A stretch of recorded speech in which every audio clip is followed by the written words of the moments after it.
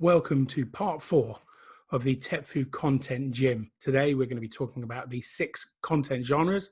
And in the past weeks, of course, hopefully you'll recall, because you'll have seen it all, I'm sure, that in part 1, we talked about the 6 content cons. In part 2, we talked about the 5 content amplifier strategies.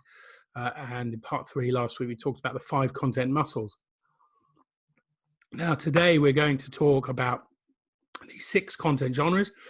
And there is a 5th part, but you can only get that 5th part in our free marketing help group, which is right here on Facebook. So there's no questions asked. Well, there are 3 questions asked actually, but there's no commitments or, payments or anything like that. Anyway, it's all free. So look in the comments, you'll find a link for that. So today we want to talk about the 6 content genres. The first content genre is internal curation. This is about the types of content internally that you can curate from your teams, from the people in your business. It could be freelancers, they could be full-time employees, but what content are you creating? Run an exercise to look at, and if you combine this with all the other parts of the TepFu gym, it will all make sense, of course. But look at the types of content in the business. Perhaps certain members of a team are collaborating on something, and they could be diarizing that. It could be a new project. Perhaps there's a bit of a research and R&D project going on, and there could be an output from there. Or there could be inputs to that project that could be turned into other content. So the first content genre is internal curation. What can you curate internally from inside the business that will have no doubt relevance to your prospects, your market, and your customers?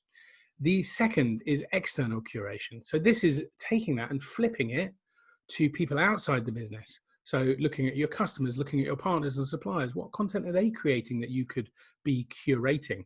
So for example, if there's a fantastic user group that you don't even run, but they're a user group of people who use products like yours, could you be curating content for that, summarizing it and turning it into new content? The third is creation, and this is around daily narrative. This is around a day in the life of the business. So what's happening in the business? Today, we've been shortlisted for an award. Tomorrow, we're going to an award ceremony.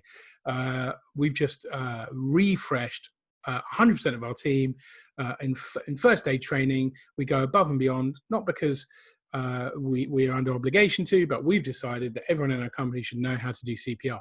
It's great content. Why is it relevant? Well, if someone came to your offices, assuming we weren't in lockdown, and had a heart attack, that'd be really cool to know that you care about people that much. You all go the extra mile to train everyone in the company in CPR. Whatever it is, literally whatever it is, it's relevant to the business, it's relevant to the marketplace. It's very rare there's an exception to that. The next is campaigns. So these are campaigns designed to attract your customers towards you.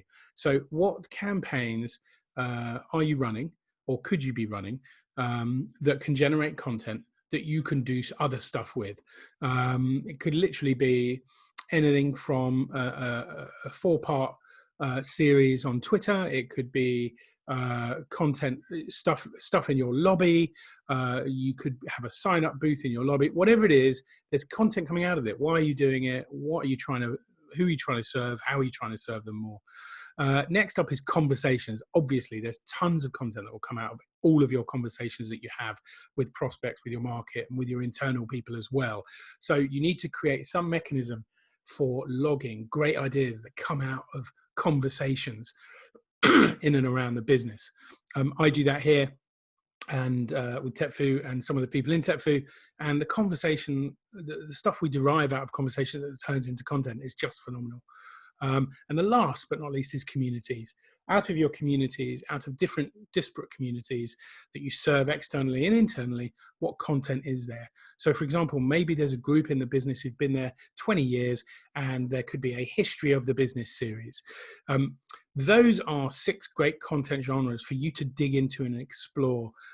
Ultimately, each one of them has relevance, and when utilized properly, will produce more content than you'd ever dream of. Don't forget, you can also get the 8 content sources, the 5th and final mysterious piece in this content gym series, and that's available via our free Facebook marketing help group. All you got to do is look in the comments or type free marketing help. I'm sure you'll find it. It's on the TepFu main page on Facebook as well. And that's it. Good luck. Keep going.